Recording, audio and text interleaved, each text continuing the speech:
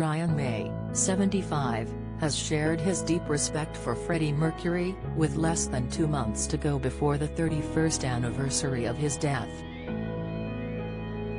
Viva Freddie! Brian announced to his 3.1 million Instagram followers as he discussed the impact that had on him, even after death.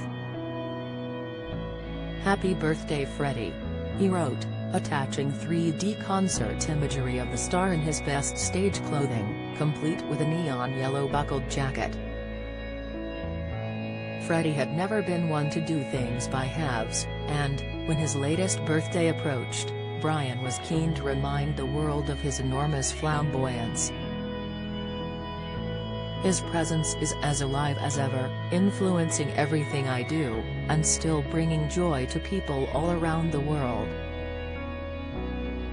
Viva Freddie," he wrote, before signing off Brie. The Bohemian Rhapsody star would have been 75 if he had survived, but he sadly died of AIDS-related complications. He told the world that he had the disease in 1991, while gravely ill, just 1 day before his death. Meanwhile, Brian has previously spoken about the grief he felt at losing a co-star who had not just been a bandmate, but felt like a brother. He has revealed that he listened to the vocals of Queen's final album every single day after Freddie passed away. The band's 15th release, poignantly titled Made in Heaven, was released posthumously in 1995.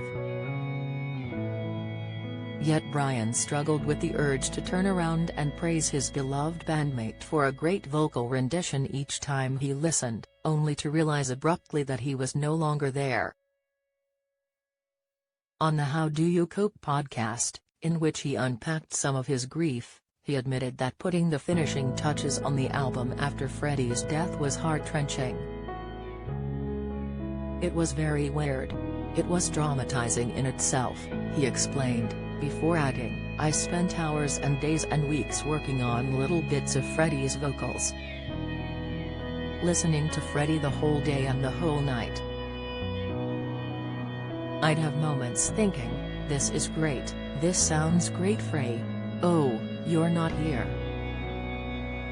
Although it proved difficult, he continued, "I felt this immense pride and joy in squeezing the last drops out of what Freddie left us." During the podcast, Brian also admitted that he is unlikely to make much of an appearance on the anniversary of his death. "We were kind of dragged into a perpetual wheel of having to look at the loss of Freddie in a public way.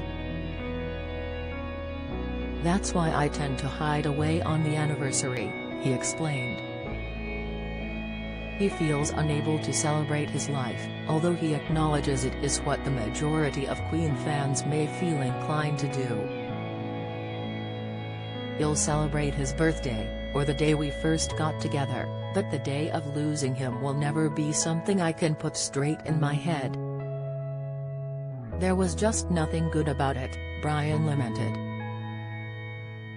Queen has since started touring with Adam Lambert, but, despite enjoying their current dynamic and praising his co-star as a performer, Brian has often felt reluctant to record new material with him, feeling that many see Freddie as irreplaceable. "If I'm honest, I have an underlying feeling that people want to hear Freddie's voice on a record when it's got the name Queen on it, and it's hard for them to see it any other way," he mused to NME. "Unless it jumps out and is extraordinary, then we're not going to do it."